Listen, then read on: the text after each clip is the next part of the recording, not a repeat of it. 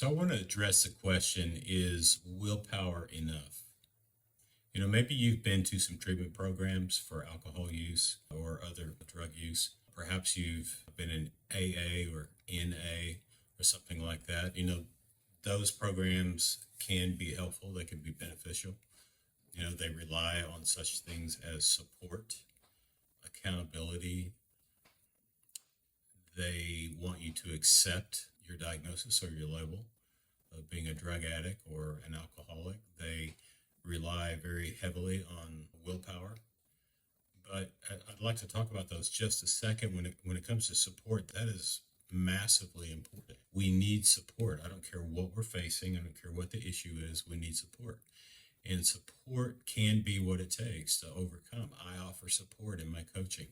AA, one of the strong points is the support that you gain through spending time weekly with a group of people that have been through the same thing that you're going through and can give you pointers and advice and suggestions and help, and nothing else, just emotional support.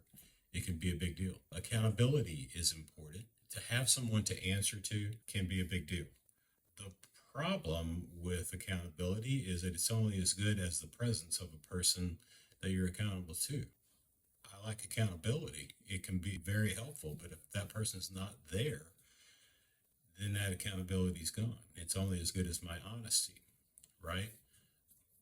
The problem with accepting labels or accepting your diagnosis is that often when we attach a label to ourselves, then we live out of it. It defines us. And that can be really hard to overcome because we then have the addict mentality. This is what I do.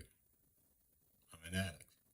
So anyway, the question is willpower the key? I can prove to you very easily that it's not. Just to get that out of the way, that's why we're talking here, is willpower enough? I can prove it very quickly. Willpower is like a muscle. It tires easily. It wears out. It gets exhausted. I can prove that again very quickly to you. Just set a bar for yourself, maybe grab the door facing and do 20 pull-ups. Go ahead. How many did you do? Chances are if you try to do 20 pull-ups just now, unless you've done a bunch of them in the past or recently, you probably got, 6, 8, maybe 10. That's because you get tired and you wear out, and no matter how much you want to do it, you're not going to get it done. Willpower wears out. So in overcoming alcohol, I want to share this with you right quick, and then I'll get out of here. What really matters is that you understand alcohol. First of all, it is an addictive substance. It is highly addictive, at least as addictive as heroin, cocaine, crack, meth, those drugs. It's very, very addictive because of what it does to the brain. It causes your brain to produce dopamine, and dopamine affects your pleasure centers and makes your brain say, I want more of that. Get it. In fact, I'll help you get it. Let's go get it. It also, what matters in dealing with alcohol is that understanding your mind and how it works.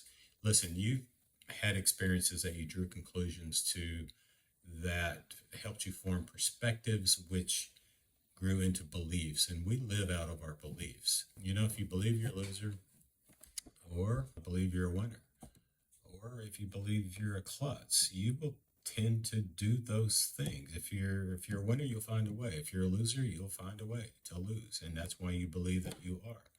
Our mind is incredibly adept at helping us be what we believe we are. It just does that. Look, your mind has both subconscious and conscious parts.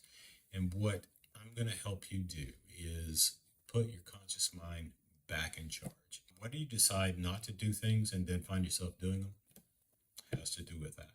Look, desire is what really matters, much more than willpower. Click the link below and we'll talk more about it.